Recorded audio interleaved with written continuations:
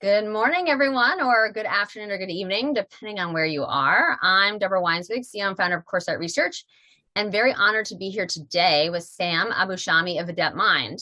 Thank you. We recently actually had Adept Mind with us at the ULI Executive Summit out in San Diego, and I would say the audience was very taken, Sam, with what your team had to say. So I know we have a lot to talk about today in terms of some of the challenges in this digital or increasingly digital age around kind of shoppers and mall operators, and even how retailers interact. I always call it like the landlord tenant friction and opportunity.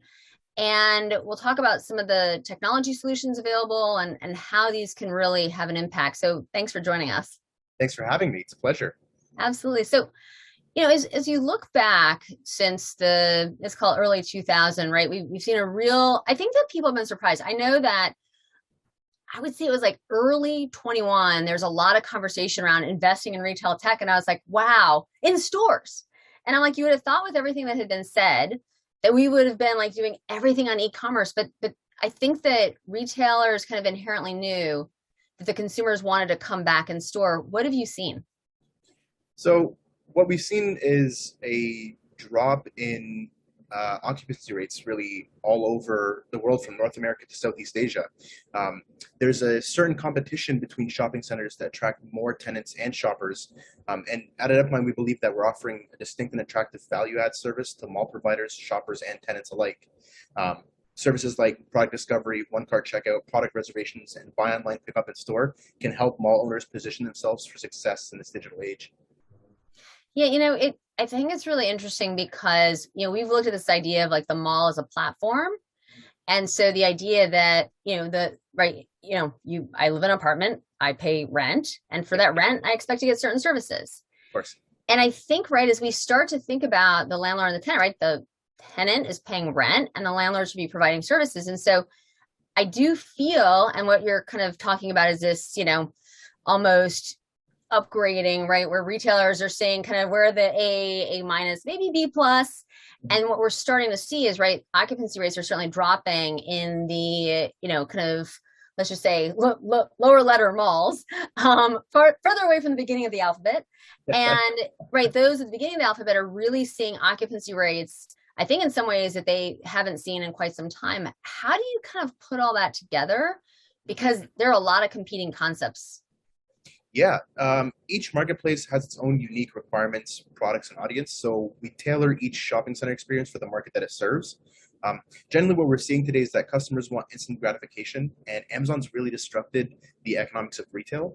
So we're living in a time where everything we want is just one click away. So with the Adept Mind platform, we're giving malls a way to capitalize on that consumer's need for instant gratification by allowing malls to become discoverable online, and by intercepting traffic from Google to create awareness. And this is just one of the ways that we're actually actively increasing footfall for shopping centers. So the products that they're looking for are generally one click or a short drive away from their local mall.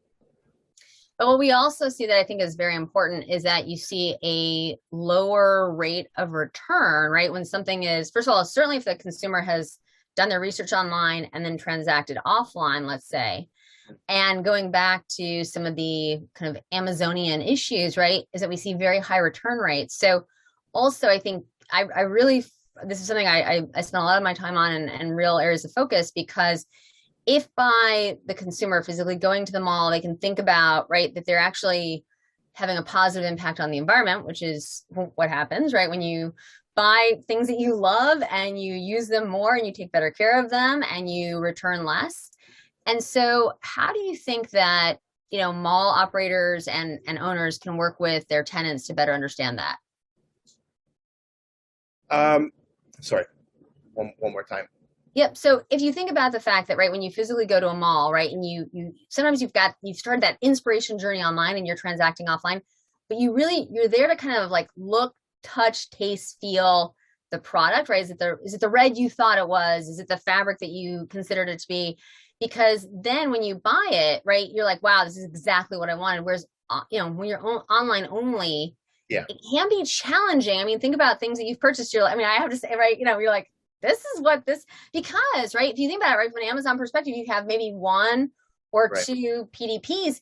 you don't get to see the 360, and especially like anything what we see in home is Right. it's really critical to touch that. And that's what you can do in a physical center. So with buying online from the mall, you're right. It's going to get to your house, and you're going to be like, do I like it? Do I hate it? What do I do with it? One of the things that you can help with is offering returns from your house. So just Yeah. giving customers a shipping label so they can ship their products back to the mall. Or even, looking at it from the Kohl's perspective, a return also means a trip to the mall. So they have to go back to the mall, and in hopes while they're there, they'll buy something else, they'll exchange it, maybe grab a bite. So it's just increasing that foot traffic back to the center as well for those returns. And we've actually made the return process seamless. So from one aspect, you can go back to the store and exchange your product with a gift receipt for another one, different color, different size, or for a full refund, you'll go back to the concierge or wherever the return location is. But again, it's just traffic being driven back to the mall. And how do you think about it? It was interesting. It was a question that came up at ULI was around, this idea of retailer inventory, and not only helping the retailers understand, right? There may be a shopping festival, there might be the way that the calendar works, things that they haven't potentially considered, and if they need to position additional inventory in, kind of either in the physical mall or maybe kind of at a location or a dark store kind of close to them. How do you help them think about that? And what do you think are some of the best practices as, kind of landlords are looking to really not only educate, but also inspire their tenants? They have to look at it as a value add for their centers. This is offering customers and tenants more utility, more visibility. So what we've seen over the last little while, or actually the last few years since the pandemic started, is that inventory rates have gone up quarter over quarter. We consistently check to see which retailers are adding inventory, and what used to be 50% back in 2020 or 2019 is now 80%, 90%, pushing up to 95% for certain malls of certain sizes. So we're seeing inventory actively increasing by offering their consumers a way to view inventory. They're also now creating awareness with the product that's available within the center. So when the customer sees that it's available, rather than ordering it online, so it'll take 3 days, they can just order it from their shopping center and it'll be there within 2 hours. Which is tremendous. And one of the things that I'd love to ask you is, so let's say I place an order at a mall that's powered by a Debtmind, and if there's then like a central pickup point, are you seeing, or can you see in the future, right, that I can even, because, kind of going back to some of our earlier conversation, is there a way that I can even like try it on, right? I can like literally, maybe somebody even like valets my car, right? I can try the products on, I can make a decision there. This is like the old, I'm like totally, this is like the old Sears catalog. Yeah, this is like yeah, what yeah. happened, right? But there was something, there was something to that, right? Did really well for early, but that same idea. But now you're shopping the whole mall, right? And maybe you get a cup of coffee, right? Courtesy of, can you just walk through how you, like, as you think like, what can this be? Tell us your inspiration.